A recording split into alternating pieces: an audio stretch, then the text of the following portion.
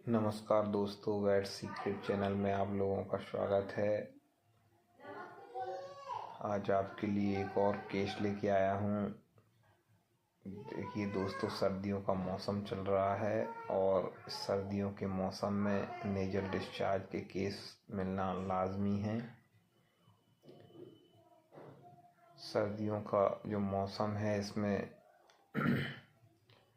एक निमोनिया एक अहम बात है। गाय, भैंस, भेड़, बकरी सभी जानवरों को, क्योंकि जो ठंड से बचने के लिए पर्याप्त व्यवस्था नहीं रहती है किसान के यहाँ पे, पशुपालक के यहाँ, तो कई बार सर्दी लग जाने की वजह से नाक से डिस्चार्ज आने लगता है, जिसको हम सर्दी जुकाम कहते हैं। तो ये लंग्स इन्फेक्शन की वजह से होता है, जिसमें जानवर नाक से पानी आने लगता है, मुंह से पानी आने लगता है और कभी कभी काफ़ी ज़्यादा फीवर भी देखने को मिलता है।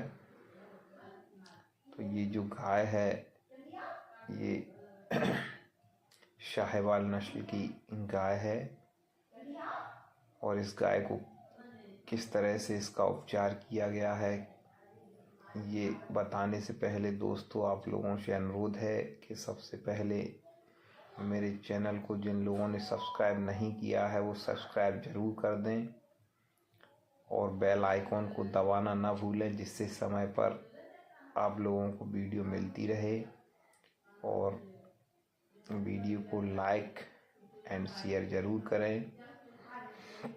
देखिए दोस्तों, जो निमोनिया का केस होता है उसमें हम किस तरह से उपचार करते हैं, क्या क्या उसके कारण हो सकते हैं और क्या लक्षण आते हैं और किस तरह से उसका उपचार किया जाता है, ये मैं आपको जानकारी दे रहा हूँ। तो सबसे पहले हम बात करते हैं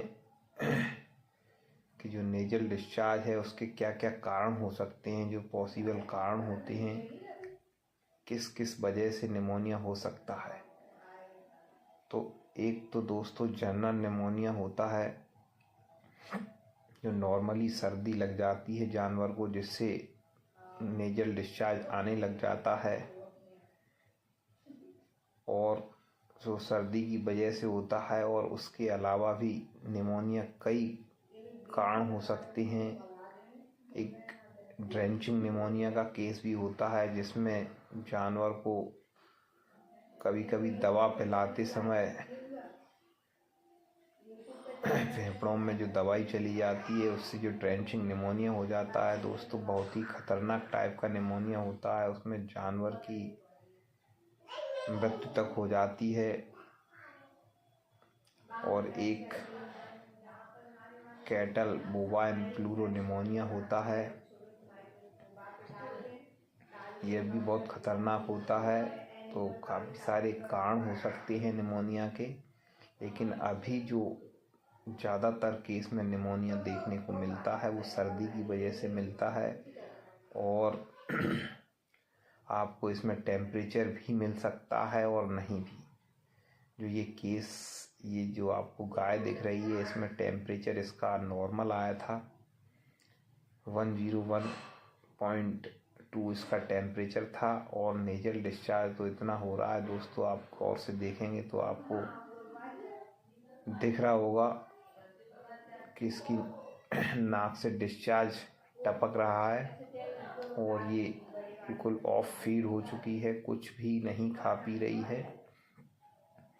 और दोस्तों कभी कभी जो है निमोनिया ऐसे मौसम में अगर आपने ठंडा पानी पिला दिया उससे भी हो जाता है। तो ऐसे मौसम में आप ये ज़रूर ध्यान रखें कि जो पानी है वो ताज़ा पानी पिलाएं जानवरों को, जिससे उसका जो है निमोनिया होने का चांस कम रहे।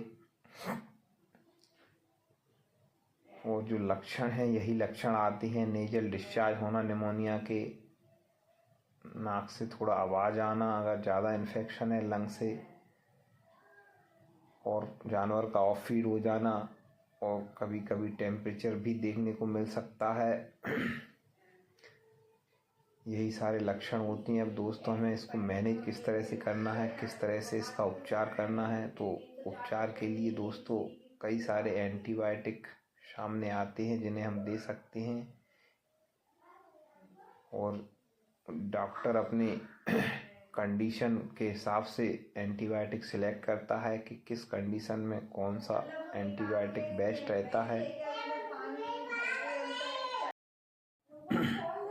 तो एंटीबायोटिक में हम इसको जो फ्लोरोक्विनोलोन्स ग्रुप के एंटीबायोटिक हैं वो भी दे सकते हैं। अगर ज़्यादा निमोनिया नहीं है तो एरोफ्लॉक्सासिन और लेवोफ्लॉक्सासिन, ये ओफ्लॉक्सासिन, ये अच्छे एंटीबायोटिक हैं, इनको हम दे के कवर कर सकते हैं। और अगर निमोनिया की सीवियरिटी थोड़ी ज़्यादा है तो हम पेनिसिलिन ग्रुप की ओर जा सकते हैं, जिसमें अमोक्सिसिलिन या अमोक्सिसिलिन सल्वेक्टम, जो मॉक्सल और एमोक्सिलम फोर्ट के नाम से जो आते हैं, उन्हें हम यूज कर सकते हैं।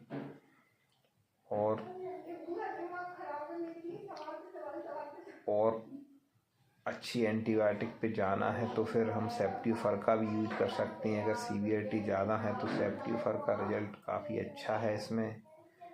और अगर माइकोप्लाज्मा निमोनिया है तो उसमें अलग से हमें एंटीबायोटिक सिलेक्ट करनी पड़ती हैं। उसके लिए टेलमीकोसिन न्यू एंटीबायोटिक का यूज किया जा सकता है, जो बेहतरीन काम करता है। तो ये बहुत सारे एंटीबायोटिक हैं जिन्हें हम यूज कर सकते हैं। और साथ में मेलॉक्सिकेम, पैरासीटामोल या फिर फ्लूनिक्सिन, मेलग्लूमाइन का यूज कर सकते हैं 20 ml और 10 ml CPM। और साथ में हम मल्टीविटामिन इंजेक्शन का यूज कर सकते हैं। ये 4 इंजेक्शन हैं जिनको हम इस्तेमाल करके निमोनिया को पूरी तरह से ख़त्म कर सकते हैं। धन्यवाद, नमस्कार दोस्तों।